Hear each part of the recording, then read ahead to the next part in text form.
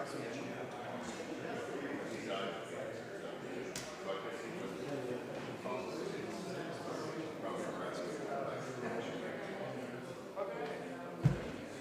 this is your...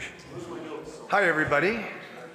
Welcome to, what is this, the second in the Friends of South Grey Museum 2024 speaker series.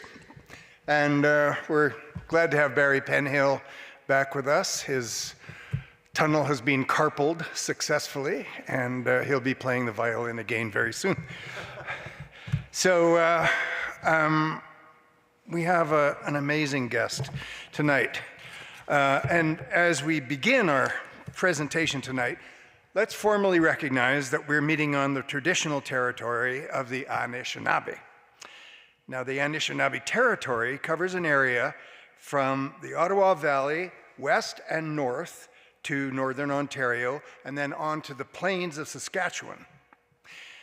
And I'm guessing that our guest tonight has probably traveled the length and breadth of the territory by canoe or kayak or even horseback. Mostly in the far west for horses. Yeah.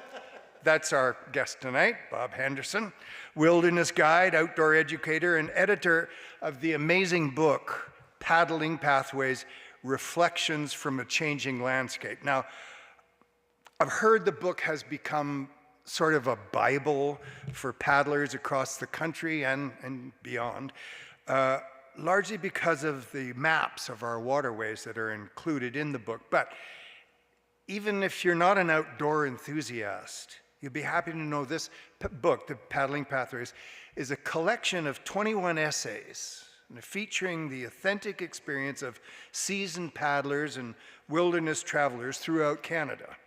And it's enlightening as it is entertaining. It's a great read for everybody. Now, for almost 30 years, Bob here has taught outdoor education and environmental studies at McMaster University. He'll be remembered as the faculty member who paddled and skied to work from his home in Dundas, Ontario.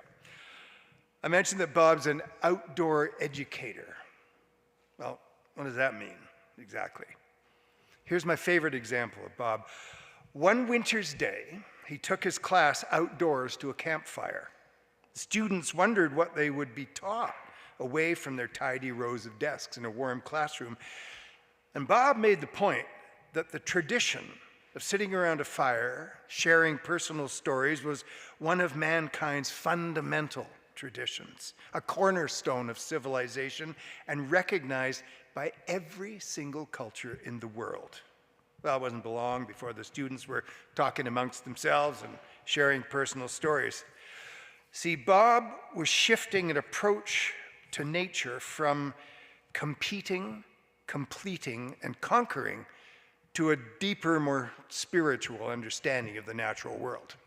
Now, these days, any discussion about the joy of nature and the pristine of wilderness inevitably includes discussion about encroaching development and our climate emergency. We can thank Bob for his 16 years of work with McMaster's Arts and Science Environmental Inquiry.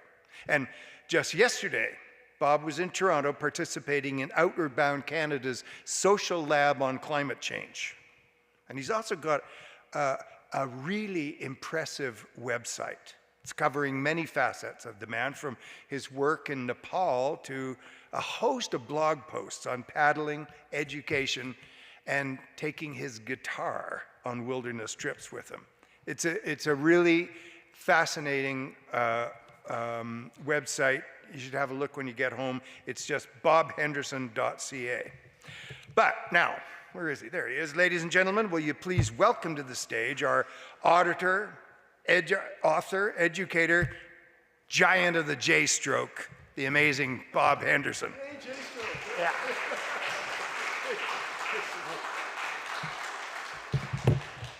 Well, someone's done their research. I don't know if I knew all that stuff. No, but I'm just going to launch right in. I've got some thank yous, but I've sort of blended them into things. And I've got my clock here, and I'm all set. This talk could be called Canoe Tripping in Canada, Ways, Whys, and Wherewithals, or it could be called Paddling Pathways, Stories of Waterways, and A Story of a Book. There's a confluence there. Thank you for anybody that smiled at that. Sort of I mean, depending on questions and answers and how I read the vibe in the room, so to speak, it sort of goes one way or the other a little bit. But those are the two themes that are running through my head. First, a little bit about Algonquin Park and maybe a different me that kind of leads into paddling pathways. I really cut my teeth at Algonquin Park. It was a different time in 1964, and I was 6, turning 7 in the summer, and I was sent to camp for a month. I'm thinking of a lot of parents who wouldn't do that now, but it seemed like the thing to do at the time. And by 10, I was there for 2 months. By 15, turning 16, the trips were 10 days long. But going to a children's camp in Algonquin Park is, not a particularly exceptional thing. By 17, 18, I was guiding those 10-day trips. By 20, I was guiding trips in Quetico that were over 30 days long, and I would say by the time I was 22, I'd done sort of most of the waterways in Algonquin Park and Quetico, working for a children's camp. And what's unusual about that isn't that. That's a lot of kids' upbringing that go to children's camps and have the opportunity to do that. Thank you, parents, who were incredibly urban people who thought, well, we better do something about that, so they sent me to camp. But the thing that's perhaps unusual is I got a university job because of that background. And why I got the university job was because I had been so intrigued by the process of these 36-day trips, and with a big fat middle of like 15, 20 days.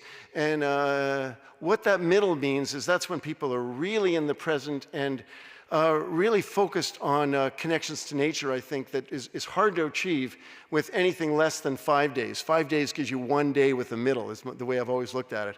So I started conceptualizing academically what the field would look like, what that looks like in our society, culturally, to have kids go on these trips and come back and feel a kind of emancipatory euphoria. Not when they come back, but when they're out there.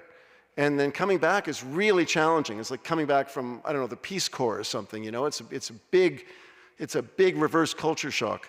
So I was fascinated by that and studied that, but I also studied the notion that so many of the people that I would travel with or that I would read their literature, Canada was always wilderness and an empty place.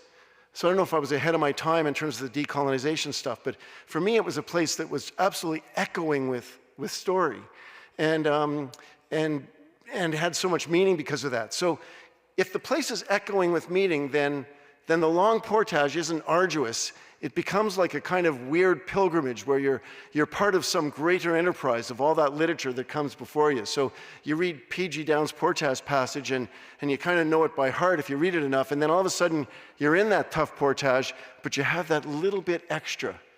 You don't have to be the brawniest guy. You have to have the guy with intention and connection. And those are the kinds of things that I was studying. And incredibly grateful for Barry and Jane, and my thank you here is, one, for the invite, so thank you for the opportunity to speak to you today, but also, Barry, you may not have thought of this, but it was about 20 years ago that we first met, and I came to you with a couple of book ideas, well, really one, but you turned it into a couple, which was fantastic. And so what I like to think Barry and Jane recognized in me, and thank goodness somebody did by that point. Certainly my university colleagues didn't necessarily in exercise physiology, but we won't go to that topic. But I think they recognized those two themes of the echoing land, and that there was something there in terms of blending scholarship and storytelling, and also that there was something behind the scholarship of studying canoe tripping. So exceedingly grateful for you for the invite today, but also for 20 years ago and the meetings that we had then. So I'm just going to do this sort of thing for change of slides. So I really did cut my teeth in Algonquin Park, so every time I do this, Tim, you can. I have a cottage in Algonquin Park. I ran over 20 years of winter camping programs in Algonquin Park, and we'll come up with a better way. And of course, there's those special days when you can skate the lakes forever. You have to be there a lot to get those days. You know, you can't get in the car and rush up because it's usually gone by the time you get there. They're very special times. And I'll also talk a little bit about the Canoe Museum. So Algonquin Park's a very special place for me, and I'm happy to talk about that. But I also want to talk about the Canoe Museum, and I was just come back from the opening, and I would say, I wrote down words to try to capture it, and I would go with grand in terms of outdoor space and indoor space. And the outdoor space is particularly special because it's, well, it's not fully landscaped yet. It's by the lake, and so they're going to be able to run all sorts of canoeing programs, and in a canoe museum, that was missing before, and that's great. So grand is a word I would use. Also, I would say it's brilliantly themed, and you know. So next slide. This is now the available warehouse. So everybody's welcome to wander into that space. They're going to have labels on those canoes. They're not there yet, but before that was an area where storage, and it was restricted just for special temperature controls and that sort of thing.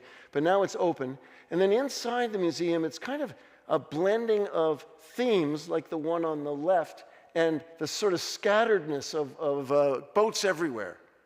And sometimes, you know, you go, well, what's the connection between one boat to another? Well, forget it. There's no connection. It's just getting all those boats out there. But then other times it's beautifully themed in terms of indigenous builders and voyageur canoes.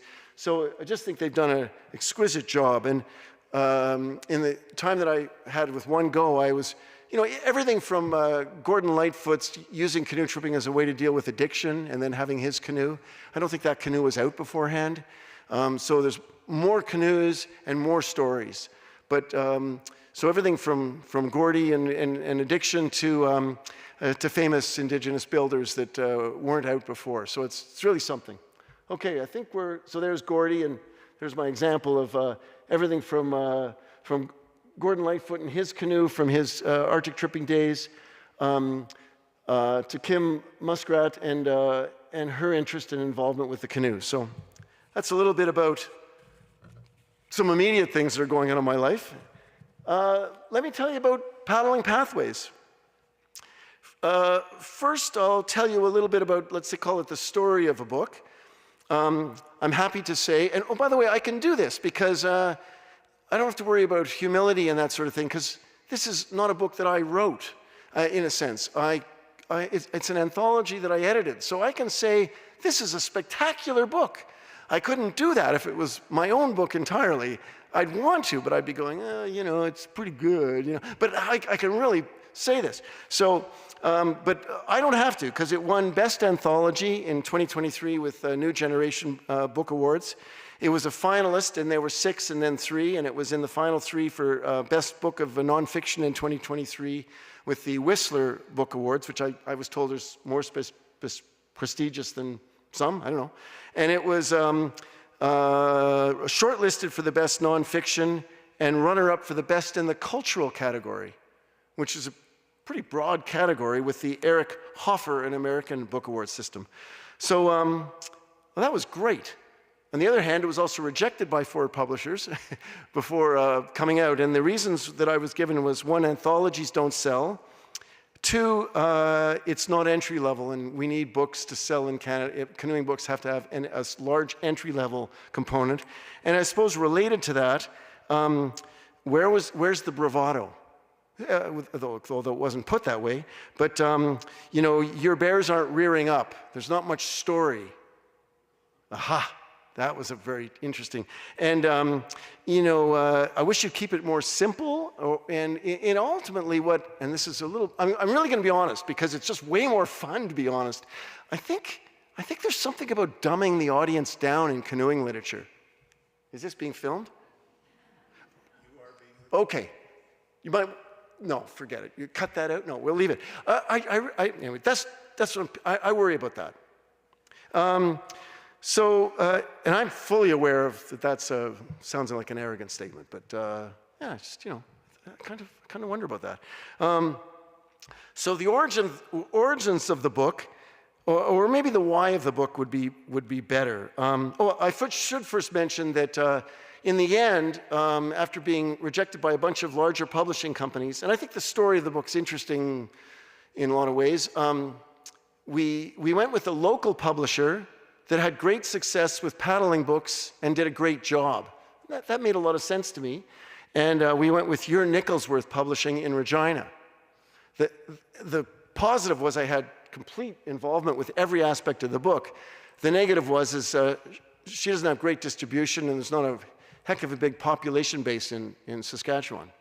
So the origin of the book is, there's many ways to travel by canoe, many ways to do it. And some ways are underrepresented in both life and in literature. So, and to be blunt about it, some ways are better for the planet, for people, for places, and for pace. So pace of travel negates a lot of place-based experiencing. So fast pace, not much place. So, you know, these were sort of working theories.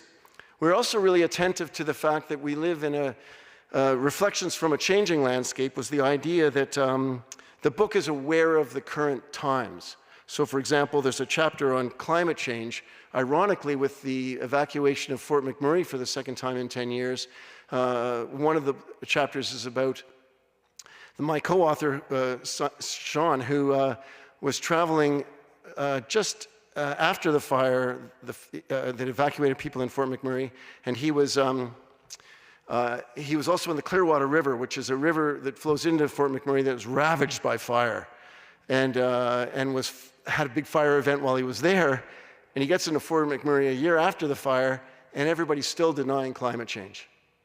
So that was his chapter. So that's by way of an illustration of a book that's trying to be reflective of the times. So in that spirit, there's a lot of identity themes in the book. There's attention to decolonization, where we sort of look at certain kind of epic trips as, depending on their mindset, as being sort of relics of an imperial past, you might say. There's also attention to different and newer populations that are paddling. So these are themes that speak to that changing landscape. And then in a much more assertive way, around the campfire, thinking of origins now, Sean and I were on the Thieland River talking about canoeing and canoeing literature, and we thought, well, we were pondering a lot of books that have to be firsts. So you can be first in terms of first to a place, which is a little weird when Swampy Cree have been living in, you know, James Bay country for, 1,000 years? So any discoveries there is a little bit of a sham, I would suggest. And then you can be first in speed, and you can be first in distance. Now, I read a lot of this travel literature, and in my own opinion, we wanted something that was a little more joyful and a little more attentive to place. So these were sort of the origins of the book. We wanted something that captured less sport and challenge arena and more home and belonging, something that was less asserting, and more searching, and something that was a little bit less ego-driven bravado and a little bit more humility-based ecology. So those are the big, I don't know, they get big like brush strokes, I suppose. I'll read a couple of passages from the introduction, and I will read this one. So, Paddling Pathways is a collection of honest experiences from 24 or so average canoeing people who engage with waterways in accessible, thoughtful, challenging, complex, informative, meaningful, imaginative, adventurous, philosophical, and educative ways. I think that's enough for that one because I sort of said what I was going to say there. I'll read one more. For just a moment, or better yet, for the rest of our lives, let's drop some of that human hubris, learn from muskox, fire, crowberries. Let these waterways teach us how to move the paddle, relax in both wind-boundedness and head-boundedness.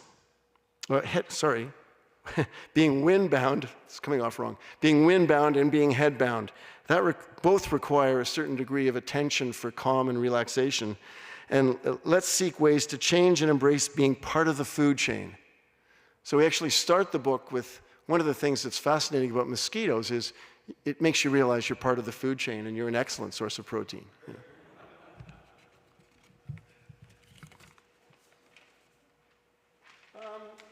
So that was just a couple of quotes, and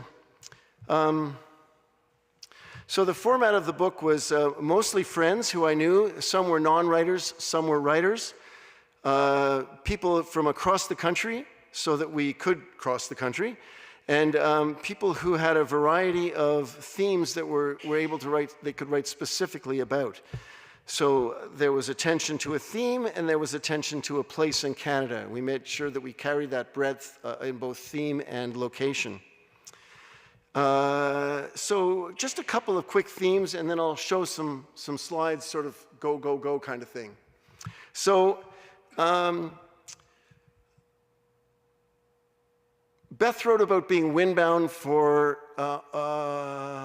every day but 3 on a 9-day trip. So the group traveled 39 kilometers in 9 days, and they were windbound the rest of the trip. That's a good theme. So she wrote about that. We have chapters that are about kids living with cancer. The Tip of the Toes is a program that takes out 2 or 3 expeditions a year all over Canada with kids living with and dying with cancer. I mean, not kids who have survived cancer, but it's quite a story. New immigrants, intercultural recreation is a program out of Montreal that takes canoe trips with new immigrants and the people just new to Canada, and the things that she learns is what she focused on. One great piece that Cliff Jacobson in his review thought it was so special, he wrote about it in his 1-paragraph review, is she learned that, I've never tried this, but if you take a plastic bottle of water, I can't remember the details. Does anybody know where I'm going? If you put a water bottle in the fire, in water, it doesn't explode or anything, it just warms up the water.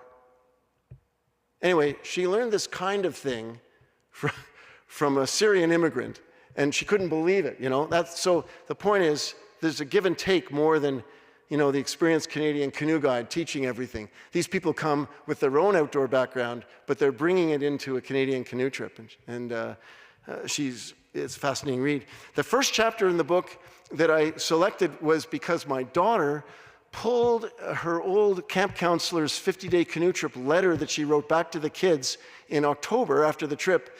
She wrote a letter to all the campers, and my daughter threw it in a shoebox, and when she was cleaning out her room, she pulled it out and gave it to me, and I thought it was one of the best pieces about long tripping I've ever read. She talked about day 1, day 2, and day 52. It's fantastic. And there's also a chapter on what does it mean to travel with kids in youth at risk in great trauma. So that's a collection. There's also a university group that teaches decolonization by tripping the Athabasca River and tripping through Jasper National Park, and then interviewing families that had been expelled from the park in the early 1900s. So, this is different than your average canoeing book, I might suggest. And there's also animal stories. There's Should We Fish? There's a wonderful story about out of the Keel River of a generational group. So every 20, 25 years, the Sawtoo people build a moose hide canoe of about 40 feet. They go up, they walk upriver, they build the boat at the headwaters of the river, then they come down as it was done traditionally, normally with furs, to trade.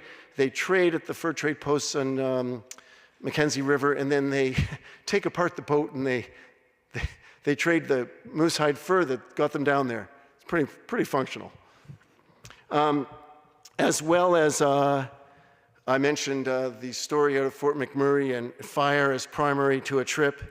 One of my favorite beginnings of a canoeing essay anywhere is in this book, and it starts with, I'm lazy. I just can't handle changing diapers and dealing with phone messages and all the things that go on in my urban life. I got to get on a trip where I can be lazy. So lovely, inverting the logic, that kind of inversion stuff. Love that stuff. And she means it, She says, I go on a trip because I'm just too lazy to live in urban existence all the time. I wrote a chapter about being a crappy naturalist, but being very good with archaeology and anthropology and history. And I'll show a slide to that effect. My friend Chris Peters wrote about family heritage and 3 generations of canoe building. So with that, let's run through some slides, Tim. So there's myself and Sean. Keep going. These are the routes that we're dealing with here. So there's a few funny things to talk about there. The fellow that circumnavigated Newfoundland, I asked him to write the chapter because he wrote a piece where he talked about he's a vegan guy, but everywhere he went that he pulled off because he was windbound, all he was ever offered was bologna sandwiches. And I thought, that's got to be in a canoeing book. So, but he said he would, and then I get the chapter, and what he actually wrote about, which is why that squiggle of the Mississippi's there, he wrote about his 72-day bachelor party with a couple of friends down the Mississippi, and by the time they got to Kansas, his wife-to-be's mom called him and said, "Where the heck are you?" He said, "I'm on my bachelor party." 72 days. Anyway, I thought that would get a bigger laugh, But the point being, I didn't know what was coming from these folks, so that was a piece that really caught my fancy. In the end, I had to pull from his essay the Newfoundland piece because he was done with it. He didn't want to bother, So you'll see little dots. That's the windbound experience. This is out in Clayfoot Sound and program with kids, youth at risk in sea kayaks. Where's their other dot? There's Chris Peters' boat building family. This is the work of intercultural recreation in Montreal. So that gets you that cross-section of travels. One that I should highlight is, this is Naomi's trip. She was a student at U of A. She was a Métis woman, but she had denied it. Tim, am I driving you crazy by being over here? Where'd you go?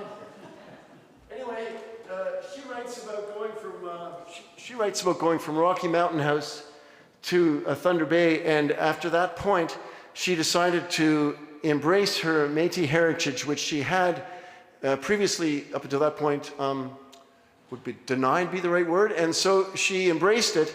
She's since learned how to read and write in Cree, and she now writes poetry in Cree, in English and Cree. So, it's really inspiring that way. So, Tim? So one of the things that always haunts me a little bit is if I do a slideshow about a distant travel, like a travel experience far afield, there kind of is this inherent assumption that history is not where you live, and that if you trip far from home, you don't trip close to home. So to try to negate that, we had every author say where they considered their home place to travel was, whether it was where they lived or where they considered canoeing as home. And so that's what that was for. So that's 2 composite maps, and we'll go to the next slide. If you were ever wondering what a 52-day canoe trip looked like in Algonquin Park with a cabin group of 16-year-old girls, that's it. So that's starting almost at Sault Ste. Marie, north of Thessalon, and that you can tell that the lie of the land the waterways run north-south through this country. So if you want to go east-west, you've got to do a lot of zigs and zagging. But then they come down the Ottawa and they finish at their base camp in Canoe Lake in Algonquin Park. That's a 52-day trip, and wow, what an experience, eh? Okay, next slide. This is the moose hide boat, and I had an anthropologist write this up, but it didn't have soul and heart to it. So Al Pace was guiding a canoe group with Canoe North at the time, and the boat goes by them. So they went into the camp and they visited them, which looked like they still had months of work to do, and about 3 days later they come passing them by on the river. And so Al wrote up that experience. It's a real gem. Yep, Tim? And there's the boat in the water. And every 25 years, the community does this so they don't forget how to do it.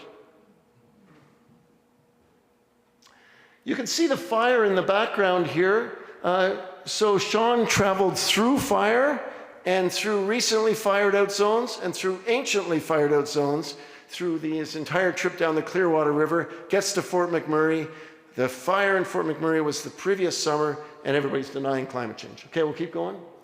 The people on your right here are a family that had been evacuated from, had been displaced from Jasper Park to build the park. And these stories are now coming out prominently in the culture, and that's a good thing. And that's a University of Northern British Columbia school group, and that's what they're studying as they go down the river. Yep. Naomi's the one with the paddle like this, and she's the Métis woman who decided after her canoe trip to embrace her Métis heritage as opposed to deny it. Yep.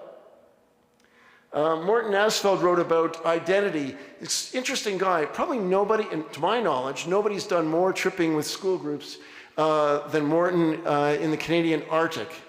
And, but he has been flummoxed because recently he's been discredited because he takes white kids on trips, and it's part of a sort of overly, in my opinion, overly zealous sort of decolonization theme that he goes, but wait, I live in the North. I've lived in the North for 30 years. But yeah, I'll leave that with you. But that's some of the complexity that the book tries to capture as well in terms of identity.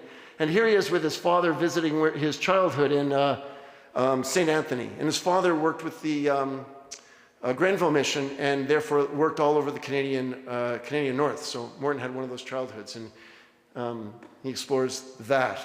Okay, we'll keep rolling. This looks like a classic adventure story, but this is kids living with cancer. This is on the Magpie, which is, you may know, is a river that now has personhood, there's a few rivers in the world that have been granted legal personhood. It's a big topic, so I can't really get into it, but you can get that designation, and this river has achieved that status. So if you want to dam it or something, essentially you have to ask permission of the river and the gatekeepers of the river. It's a global movement. There's a film about it you could look up. Look up Sue Fleming. That could bring up the film for you. It was shown in The Nature of Things.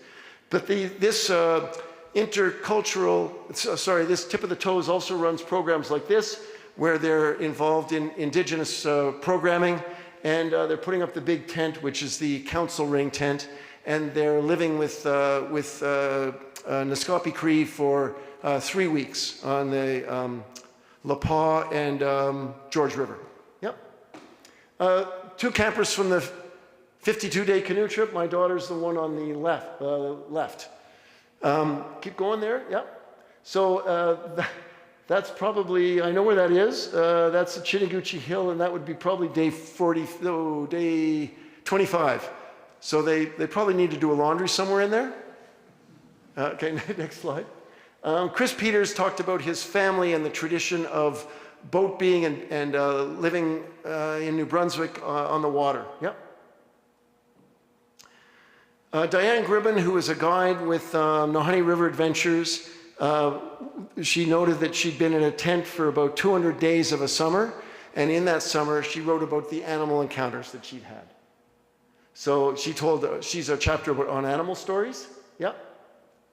Bob Veranek wrote an academic essay. Some of them are story pieces and some of them are essay pieces. Bob's piece is about the naming of Virginia Falls and the contested issues around place naming in the North.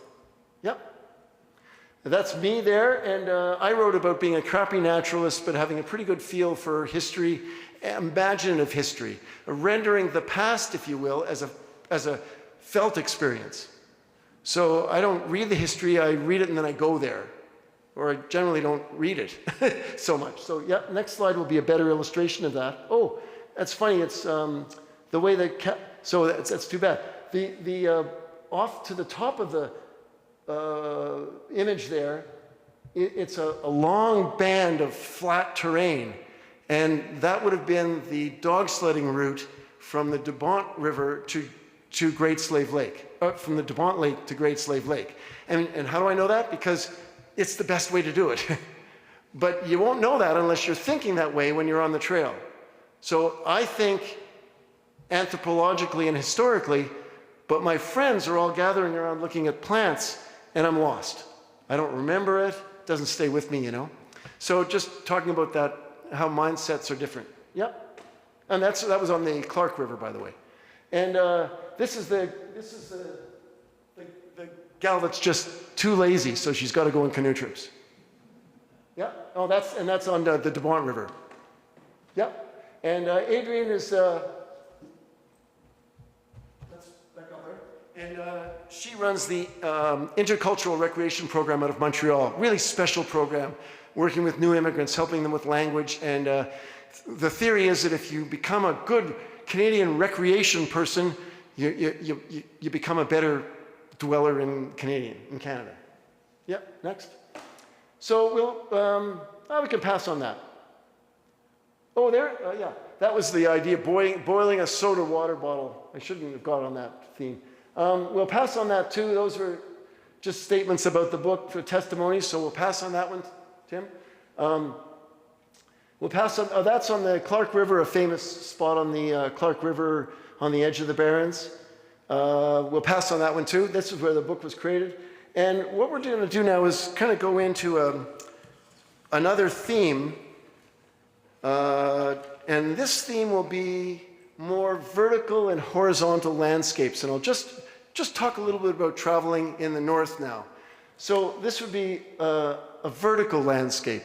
And with smoke these days, is it the new normal that we don't see every day, those views. So last summer I tripped on a horizontal landscape, and I tripped in northern Saskatchewan. The fires were really bad, and we were in trouble with smoke, and we wore masks sometimes. But these people who were there didn't see those mountains that summer very much, every day. I mean, not every day, but you know. So, but when it's glorious, it's really glorious. So that would be the confluence of the Wind River and the Little Wind River. That's sort of interesting if you know the dog sledding story about the dog mushing program with the Mounties, the Lost Patrol it's called. What they didn't find was that route. This is very unprofessional, isn't it? Going up here, they missed it, and they all died. And that's the story of the Lost Patrol in the Yukon in January, I think. But that was a special place for me because I wanted to see, well, why did they miss it? Was it really, it's hard because they were there in the winter, but you know, was it really hard when you're there? Can you figure out why they missed it? You know, that kind of thing. Okay, next one. This is an example of a 45-day trip in the Barrens in horizontal landscape. Yeah, and we'll see some pictures from that. Yeah, Tim? So that's a 3K portage. It's really fun to be behind and watch all the gear going in different directions. Nobody's walking a straight line. We just know that there's a lake out there. And this isn't a well-traveled route. This is into Magoose Lake, you know, and not well-traveled. And everybody was just all over the place. I didn't get a picture of it, but now I wish I had. Yep, next picture. And so it's easier to find grave sites when you're on a horizontal landscape. And this is an old gun, and this is marking a grave. And so this is where you leave the valuables with the grave, and this was embedded into the grasses and moss. Yep. Bugs. Bugs are much more an issue on the horizontal landscapes. That's not dirt on her socks. Yep, next slide. Bugs are less on the vertical landscapes. And this is the mountain river going through one of the 6 canyons, depending on where you start in the river. So big difference in the terrain. But you know, it's interesting, if you trip a lot in the vertical landscapes, at least myself and friends I trip with, you start to crave the horizontal ones. And then you do a couple of trips in the horizontal landscapes and you start craving the vertical ones. It's not like it's only beautiful on the mountain stuff. Not at all. Yeah, next one. This is the Wind River. I got caught in a flood lower down from here and had to be evacuated by helicopter. And we would have been 6 days waiting, and the people that I was with were new to canoeing, and even if you weren't new to canoeing, you couldn't negotiate the river, so you had to just set up shop. And we found out later that we would have been waiting 6 days, and you know, if you're interested in that story, I can tell you when we're done. But next picture. Of course, on the big lakes and the horizontal landscapes, you get the great fish. Don't know it's 30 pounds, but let's call that my fishing story. That was so big we had to come to shore. We couldn't pull it in from the boat. We didn't know how to do it. We didn't know what to do. Next picture, yeah. And Ragnar Johnson, the great privilege of meeting him, he was in the land, it's actually 1928 that he went up there, and we saw him in 83, and he was off the land in 84, and he died in 88, and he came out of his sort of corrugated metal shack, and we knocked on the corrugated metal teepee. I said shack, I meant teepee. And he came out, I'll never forget it, he came out and went, oh, that's the shack, that's the teepee. He came out of just to the left there where there was a material there, and he came out and looked at us and went, oh, tourists. So great, you know, because you know, if you go to Venice and you take a camera and you're wearing Bermuda shorts, you're a tourist, you know. I'm a tourist when I'm in Venice. But if you go on a 45-day canoe trip and you're out in day 15 or 16, you don't feel like a tourist. But of course, we're tourists. The next thing was even better. He said, why are you here now? It's summer, when everybody's there, right? It's the worst time to be here. The bugs, man. I never leave this hovel, you know? Anyway, fascinating experience to get a chance to meet him, and I since learned everything I could about him. His favorite food, by the way, was pancakes, lard, flour, and blood of caribou or moose. Instead of, I know, but he loved it. Anyway, next slide. So just a variety of landscapes to give you a feel for a really good setup. I think we were windbound there for a day and, you know, really set up well. Next one. Example of a, you know, like a level 6 setup for a couple of days on the north for hiking. Yeah. Good. You can eat really well. Yeah. Going out for a hike. Yep. Coming down to the end of the mountain part of the Wind River, I believe. That's there. Yeah, next one. And I wanted to finish with this. I'll do this quickly, and I think we've got time, and then I'll answer questions. Yeah, I'm looking at my Master of Ceremonies. I'll just quickly. Oh, come on. I wanted to finish with this because I thought it would capture the. Sorry, Tim. I wanted to finish with this because I thought it would capture the kind of a way of capturing everything I've been talking about. And this could be misunderstood, which is why I call it a playful adventure narrative continuum. So I think it's fair to say I've read hundreds, an S on that, of outdoor travel narratives, primarily centering on Canada and the Himalayas. You got to focus on something. So, and in the doing of that, I started coming to some conclusions. And being an academic, I try to conceptualize things, you know. And here's my effort to conceptualize Canadian travel literature. Or let's just say travel literature. So on one end of a continuum, you've got what I call the look at me, you can't do this literature. Now remember, this is playful. So that literature is, it's almost always wilderness. I'm just thinking of an example that was in Explore magazine recently of apparently a muskox comes into camp, and rather than back off and give the muskox space, or even if the muskox did come into camp, who knows if it actually happened, that the author charges the muskox to scare the muskox away. Now, I've seen lots of muskox. I've never been compelled to charge the muskox. I've never heard of anybody doing it, and I think any biologist would tell you that it won't happen. I mean, you can charge the muskox, but it won't go well. Because probably the muskox that came into your camp was the sort of apex predator or apex dominant male in the group. Anyway, let me just go on record as saying that tends to be part of that literature. So when all the bears are rearing up, I start to wonder, because I've had lots of grizzly bear encounters, like 10 or so, and I'll just tell you one story that happened to me. We had caught a lot of fish. We probably didn't do a good job with the fish, and they were a little too close to the site. A bear was walking right through I was in the tent, so I sort of missed some of this. Bear was walking right through the site, and one of our group put one of those camp chairs on top of their head to make them look bigger. I gather that's a good idea. And then let off a bear banger, which is an explosive charge that goes up in the air and makes a hell of a lot of noise and scares everybody, including the bear. And the bear shit itself and ran away. Now, I'm willing to suggest that that story might get written up with the bear rearing up. I'll just leave it at that. That happens in that literature. But that can be really fun literature too. Like, I'm giving it a bit of a pejorative cast, but because I do have a bias set. But on the other hand, there is a certain intrigue of the suffering of the individual and that deprivation they go through. So then the next one is the look at me, you can do this. And this literature really works if you really come to like the author. A great example for this is someone who tried Everest 3 times and never got there.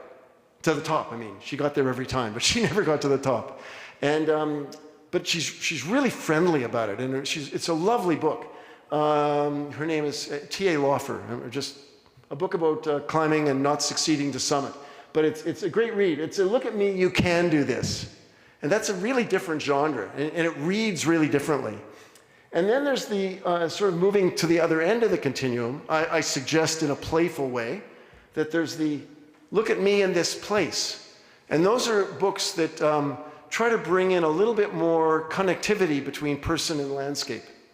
Because in the far treatment, the engagement with the land, almost by definition, has to be a lot of grunting. And in the look at me in this place, it starts to get into, if you wanted to put a pejorative spin on it, it starts to get navel-gazing, one might say. It might not be everybody's cup of tea. So you could put a pejorative on any one of these, but it's just neat to know that travel literature just ain't travel literature. And then over in the far end, there's people that are really struggling, in my opinion, to capture the look at this place through me. And that's a mind bend, because that's not something our culture does well. The Hopi in the Southwest, the book by Frank Waters, The Book of Hopi, plays with language and tries to interpret Hopi language. And you could be doing this with Ojibwe literature. I just don't know such a book. And one of the lines I'll never forget is he says, you white guys, when you look at a deer walking out in the field, you go, oh, look at that deer going by. Of course, that sounds pretty normal to us, doesn't it? But when the way the Hopi say that in their language is, oh, look at the deer passing through me. That makes you different. If you're what comes first? Gadamer said, what comes first, language or thought? You know, like, anyway. These folks are struggling with some sort of belonging insider view. And we had a book that, Paddling Pathways was a book that gravitated towards the right. And because we felt that literature was becoming underrepresented. So that's trying to, and I'm intrigued with all of it. And as an academic, I tried to bring scholarship and storytelling to capture an echoing land and to conceptualize what it's like to take people on canoe trips. And if I had to put a word to it, just at the dawn of the smartphone becoming a huge part of culture, I retired. Whew. That was in 2010. But on the 9-day trips I was leading, I tried to capture, I was thinking really, what's my elevator speech for what a 9-day trip is like with university students who are pretty much new to it. And I started thinking it felt like an emancipatory euphoria.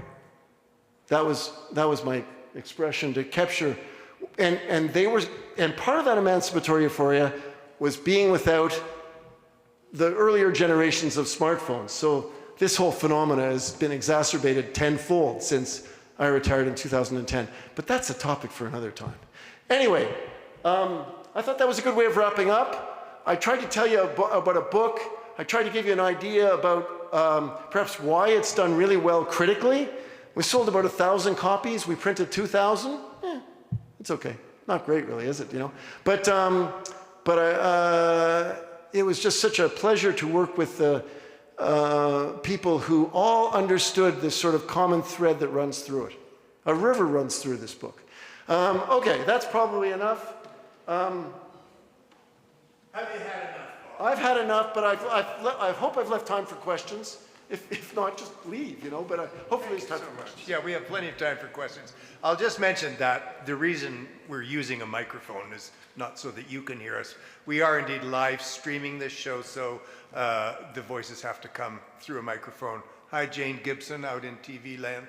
Hope you're watching us. So yeah, so we have time for a few questions from Bob. He will be here after the presentation to answer more questions and sell you one of a number of his books. So Bob, if you can come up here, answer any questions, and just do it into the mic. Thank you. Absolutely. And I'll repeat the question so that Tim doesn't have to do it for me. And I'd like to give a shout out to Tim up there, who's done a great job. I'm terrible with AV. Thanks a lot, Tim.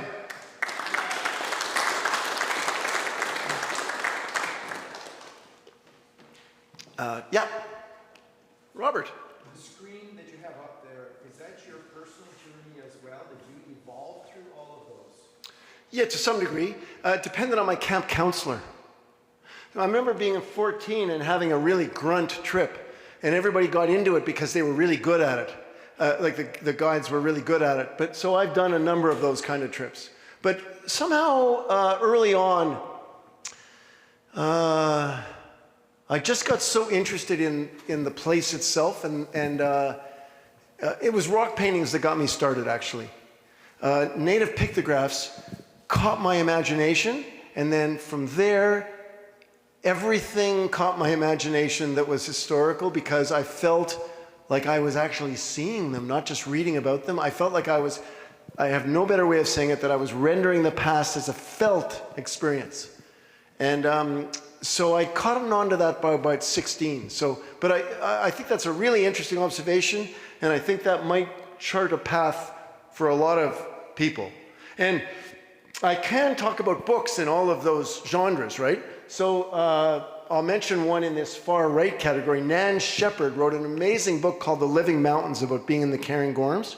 She wrote it during the war, the Second World War, and it wasn't published until she was 85 in 1979 because she forgot about it. Nobody wanted to talk about the aesthetics of the Cairngorms in 1942 or 3, 4, or 5, whatever it was.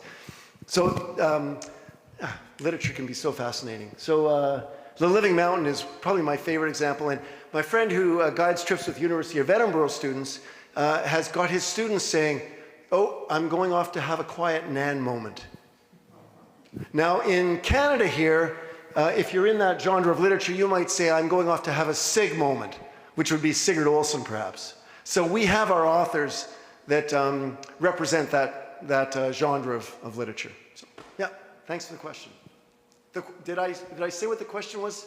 I didn't. The question was, did I follow that wave of continuum as in a personal journey?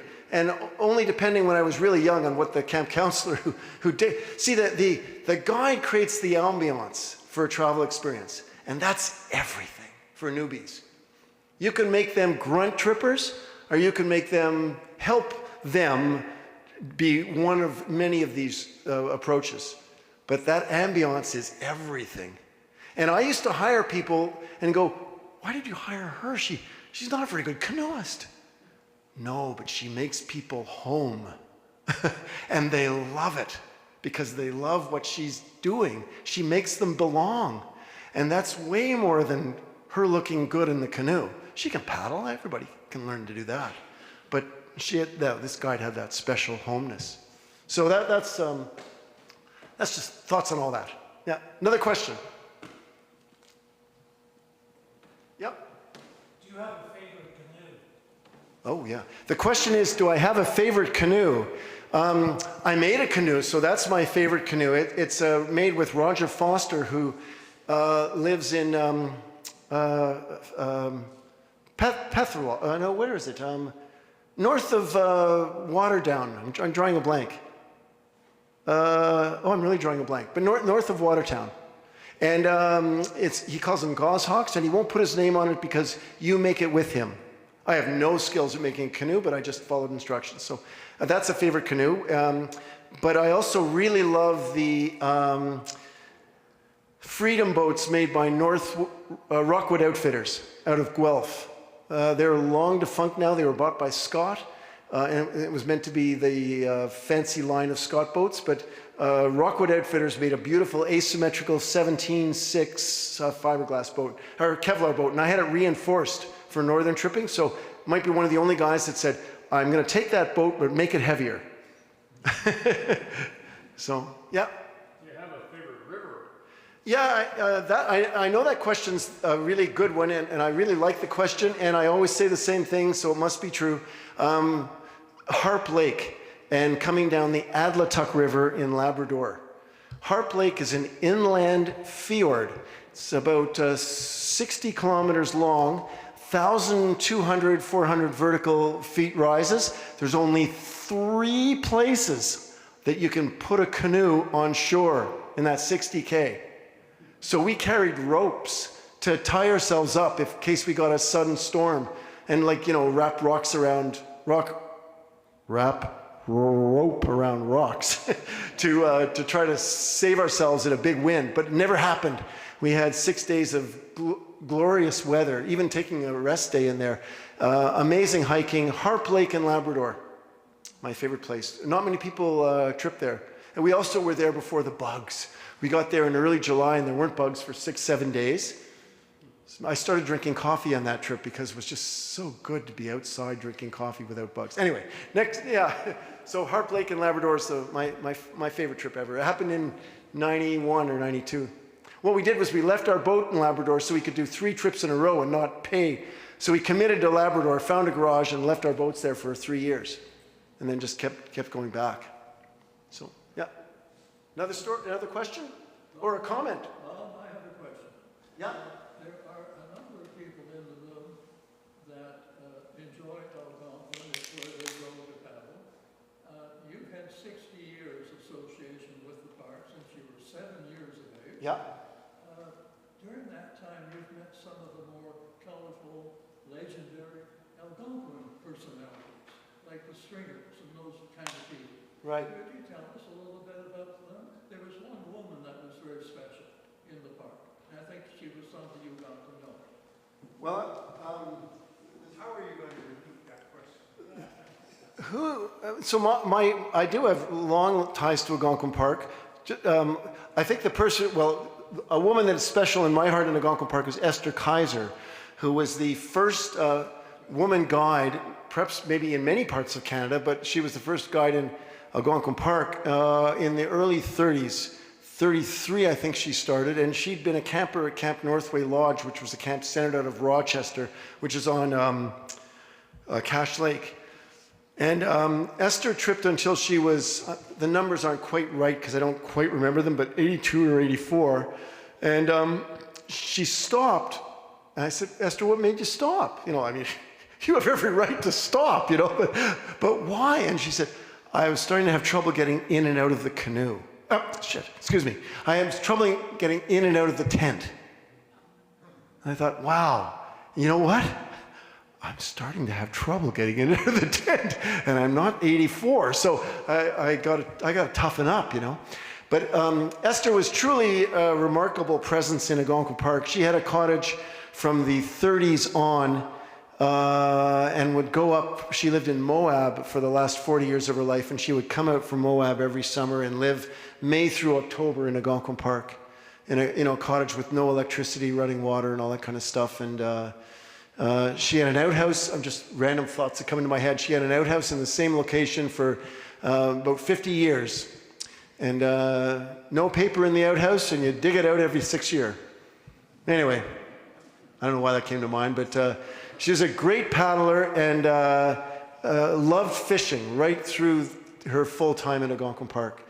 And friends and we would go down and visit her and spend time and just chat.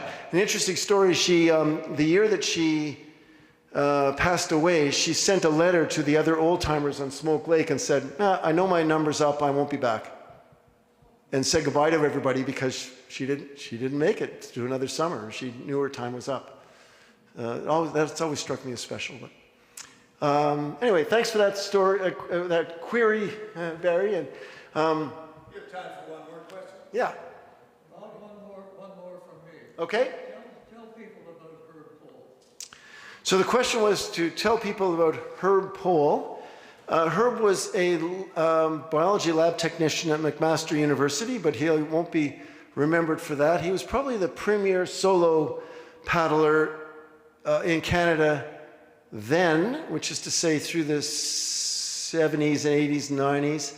And I don't know if anybody's doing the kinds of things he's doing now. Now the adventurers, I don't think, are necessarily doing what Herb was doing. I was a professor at McMaster, and my office was near Coots Paradise, if that terrain rings a bell. And so he would want to go for he trained for paddling by going for long walks. And he would come by my office, and I just dropped everything I was doing because I was so grateful that he put me in his life, I guess. And he would, complain about the job, and he had a really foul mouth, which I thought was just wonderful.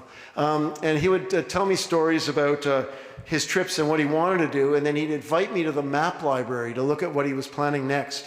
And initially, in the 90s, those trips were, they looked really difficult, but they were doable, I thought, for him, and he would do them. I mean, they usually involved somehow crossing a watershed in Labrador. Any watershed crossings tend to be challenging, but Labrador particularly so. They'd involve pretty significant whitewater and canyons that people hadn't paddled yet. I'm thinking of the Natahquan Canyon. I'm thinking of the canyons on the Adlatuck. These are rivers that start at that, almost like the wall of China of Canada is the Labrador-Quebec border. It looks like the wall of China without the wall, so to speak. It's just this wonderful line that you can walk. And up and over that, and that's hard. And then you get into the canyons almost right away before it gets into the country that I would trip in. So I would do a 2-week trip and start below the canyons. He would do a 6-week trip and start in Quebec. And in part he did that because he didn't have the coin to do it any other way. It was cheaper to do it the way, the long trip was cheaper because it was easier to get from Shefferville into the interior than what I did, which was pay for a plane to take me into the slightly easier country to travel. So he was an incredible guy, and people said, well, his number one question you get asked is, well, why do you do it solo? I mean, wouldn't it be safer? Of course it would. And his answer was, minimum of compromise. And I'll tell you one story about him, and it sort of feels like a fitting way to close. One night on the Natahquan, on a river that I paddled, which is glorious, so he's tripping solo, and he's in a kind of hybrid kayak canoe thing. So it's heavy fiberglass, a big cockpit, like a 6-foot cockpit, hard to carry, but really good in big water. He can put a deck on it. I'm forgetting the builder, but it's at the Canoe Museum. His boat's on display at the Canoe Museum. And he wakes up in the middle of the night and he smells burning resin and fiberglass, and you really know that smell, you don't want to know that smell.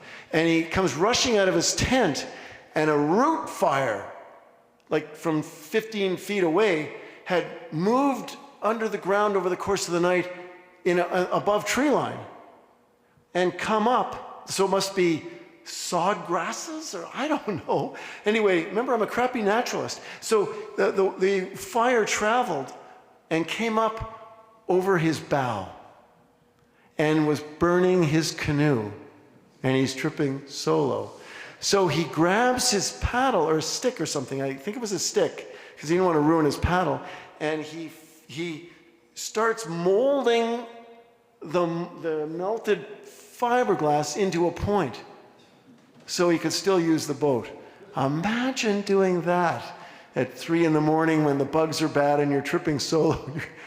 I can't hardly imagine it. So anyway, that's a story that he'll just pepper into his slide talks when he used to give them. He died on Lake Superior at the confluence of the Mishpacotton and naturally Superior's there, if you've ever been out to that base. So he had a big southwest wind blowing in, and the Mishpacotton comes in with some big standing waves. So he's got this big wind coming in this way and big choppy waves coming out this way. He could see his car. He's not wearing a life jacket, and he tips right in that jumble of unusual jumble of waves, and he dies within striking distance in his car. And people retrieved his journal of the trip. He was a great journalist or chronicler, and he had said it was his last trip. It was on Lake Superior, and he felt it was his last trip because, like Esther, he was having troubles doing the basic things like in and out of the tent. And so he said, quote unquote, "I'm embarrassing myself out here. This is my last trip." But he was always doing it solo.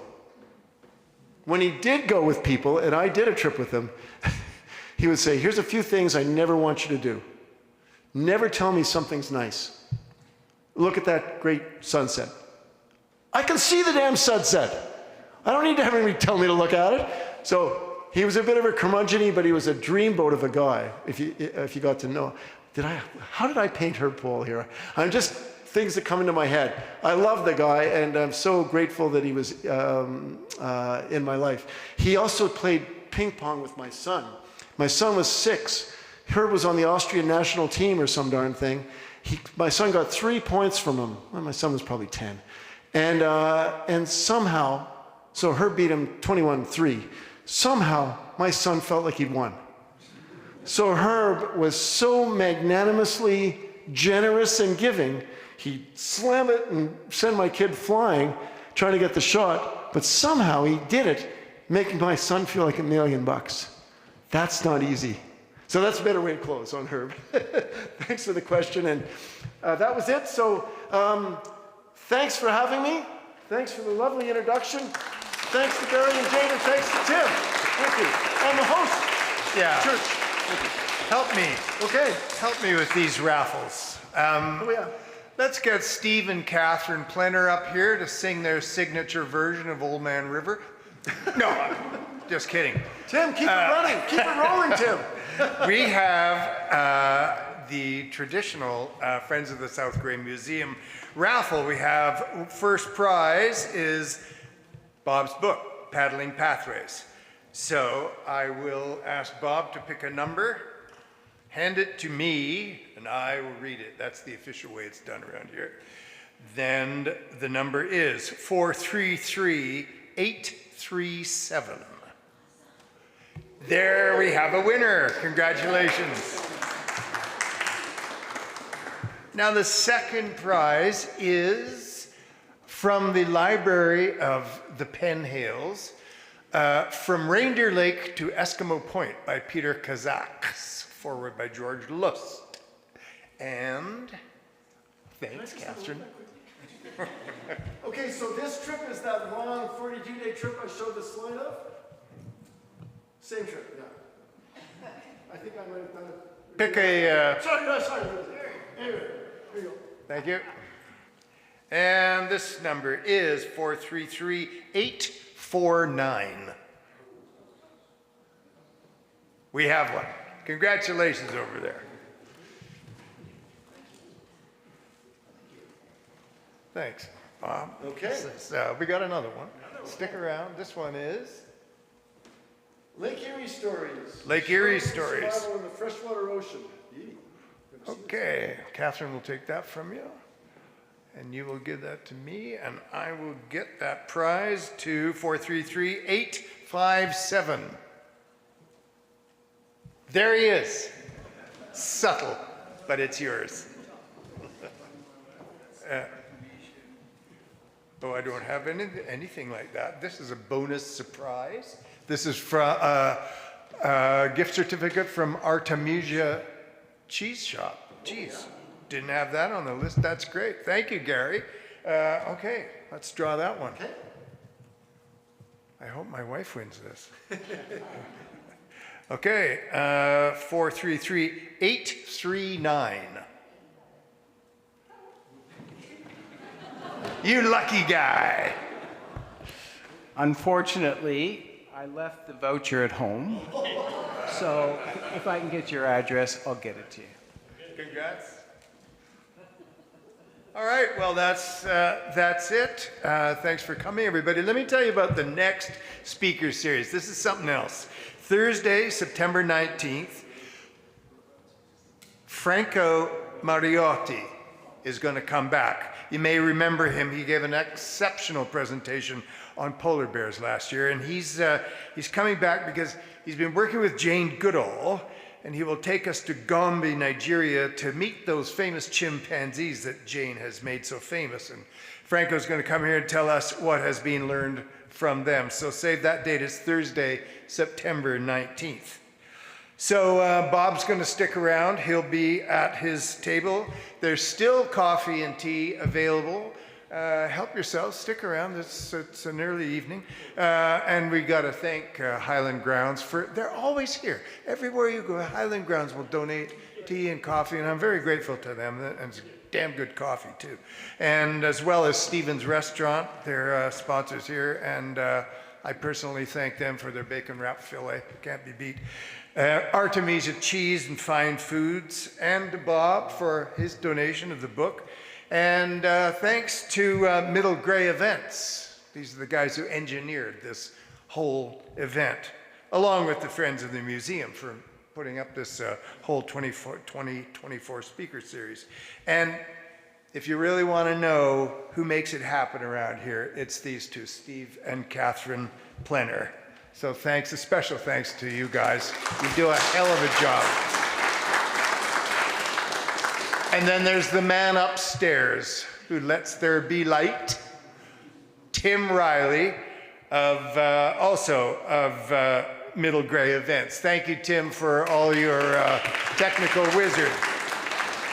Thank you all for coming. We'll see you again Thursday, September 19th. Good night.